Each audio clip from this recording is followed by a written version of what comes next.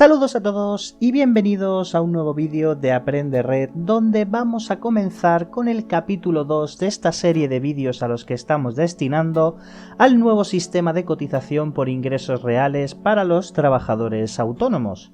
En el anterior vídeo ya explicamos que los autónomos desde el 1 de enero de 2023 van a cotizar en base a sus rendimientos netos, lo cual va a determinar cuál va a ser sus bases de cotización mínimas y máximas para todo el año 2023. Y nos quedamos con la duda de cómo calcular estos rendimientos netos que van a ser necesarios para poder determinar nuestras bases de cotización mínimas y máximas.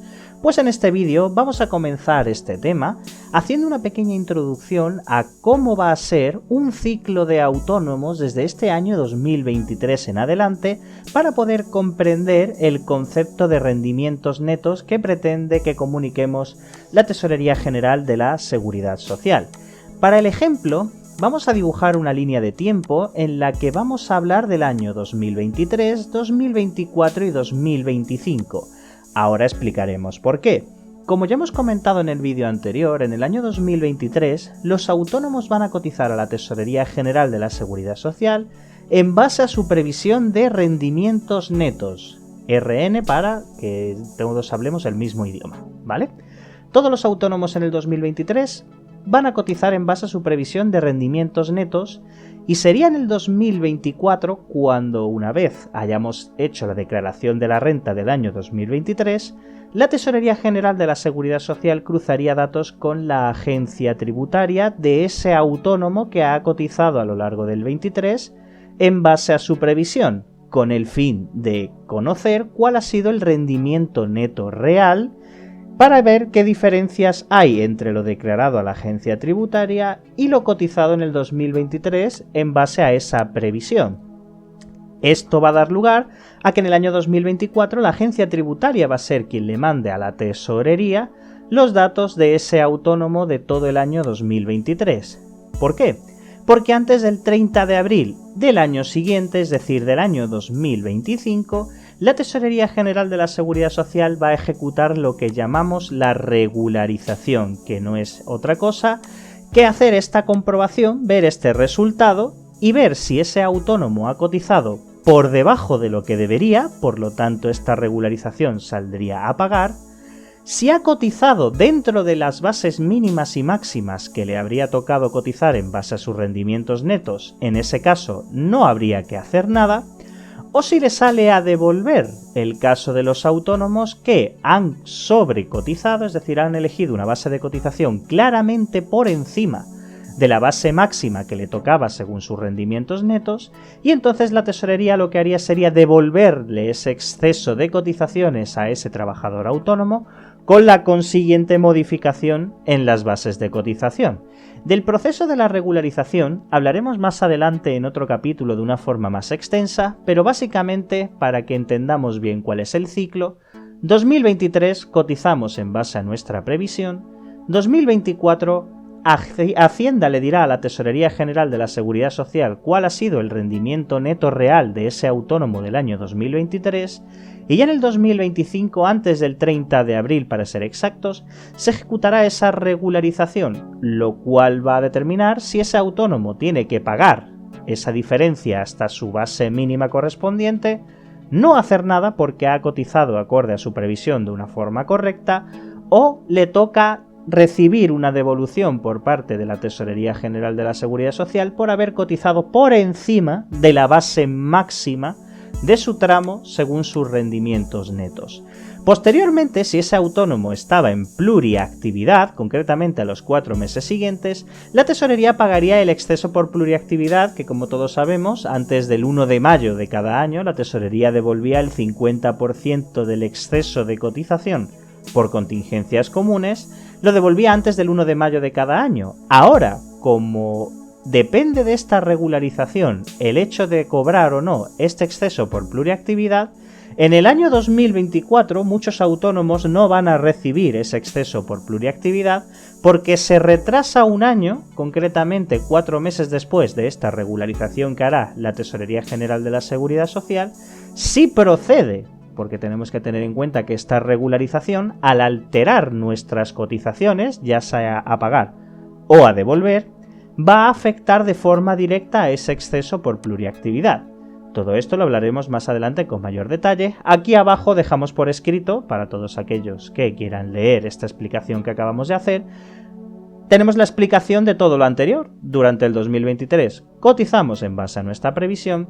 En el 2024, Tesorería y Hacienda cruzarán datos para saber el rendimiento real del 23 y antes del 30 de abril del 2025 será cuando la Tesorería regularice las cotizaciones del año 2023. Importante, este ciclo se repite a partir del año siguiente, es decir, en el 2024 volveremos a cotizar en base a nuestra previsión. En el 2025, Tesorería y Hacienda cruzarán datos del año 24 y antes del 30 de abril del 2026 regularizaría el 2024 y así sucesivamente. Todo esto para explicar que nuestra previsión, la Tesorería lo va a cruzar con el dato que nosotros informemos a la agencia tributaria cuando hagamos la declaración de la renta y en el caso de los societarios también el impuesto de sociedades, ya lo veremos, ¿vale? Pero es fundamental lo que comuniquemos a la agencia tributaria porque esto va a determinar la diferencia real que hay entre nuestra previsión y lo declarado a la agencia tributaria. Dicho lo cual, ¿qué rendimientos se tienen en cuenta en la agencia tributaria? Bien, pues tenemos que saber que cuando tributamos a la agencia tributaria lo podemos hacer de varias formas. Tenemos el método de estimación directa, que básicamente consiste en que el rendimiento computable será el rendimiento neto, además incrementado en el importe de las cuotas de la seguridad social y aportaciones a mutualidades alternativas, cosa que por ejemplo pasa con los autónomos mutualistas, ¿vale? Todos aquellos que sean mutualistas por una actividad en concreto y esté dado de alta en el RETA por otra actividad distinta, se tienen en cuenta los rendimientos de las dos actividades. Esto es algo que hay que tener en cuenta, ¿vale?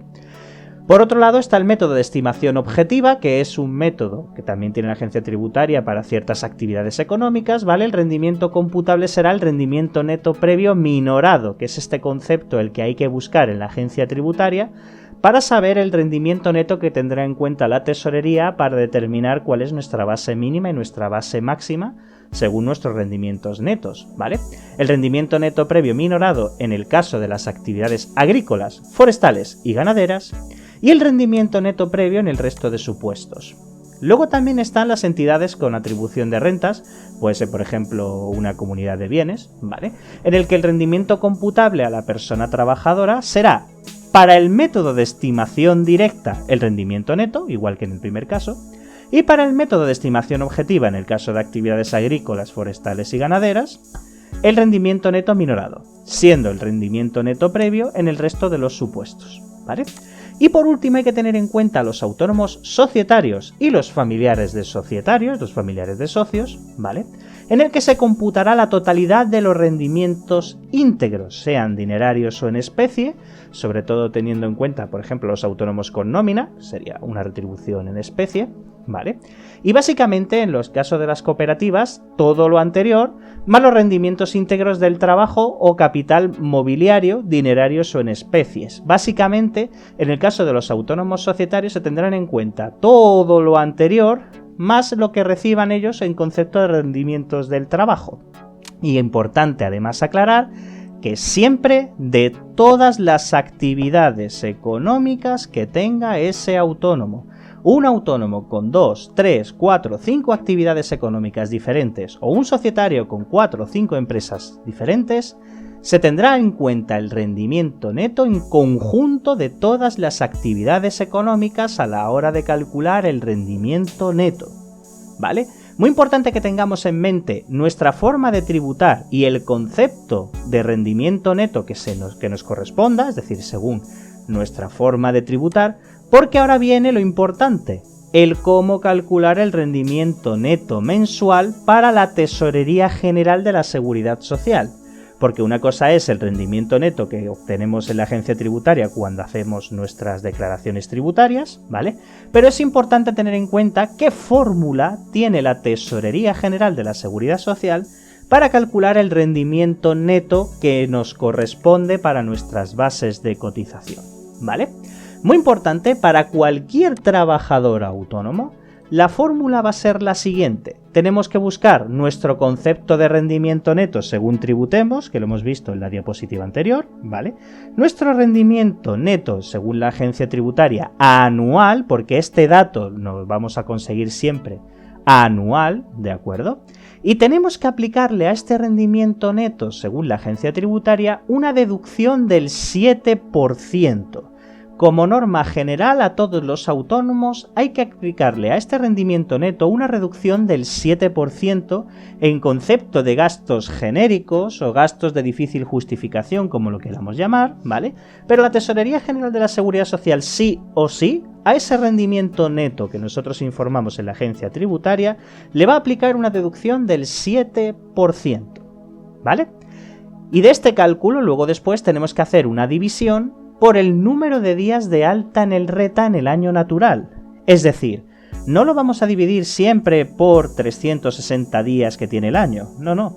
Tenemos que hacer la división por el número de días reales que hemos estado dado de alta en el RETA para saber el rendimiento neto diario. Digo diario porque luego después al multiplicarlo por 30 días, importante para la Tesorería General de la Seguridad Social, todos los autónomos, cuando cotizan un mes completo, son 30 días. En caso de cotizar por un número inferior, el cómputo sería diario, ¿vale? A modo de ejemplo, un autónomo con 17.000 euros de rendimiento neto en la agencia tributaria y alta en el RETA durante 9 meses en el año natural, ¿vale?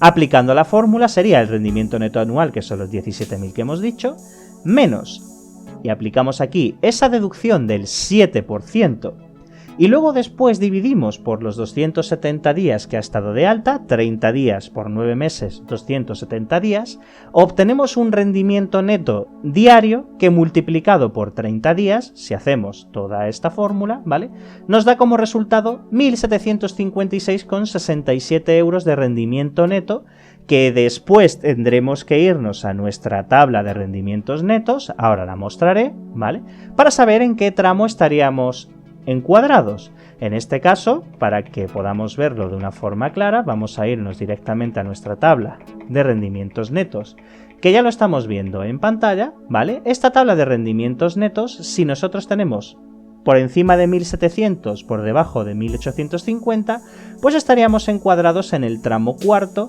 con una base de cotización de 1.013,07 euros y una base máxima de 1.850 euros. Es decir, si estamos por una base de cotización por debajo de esta, nos tocará pagar hasta llegar a los 1.013,07.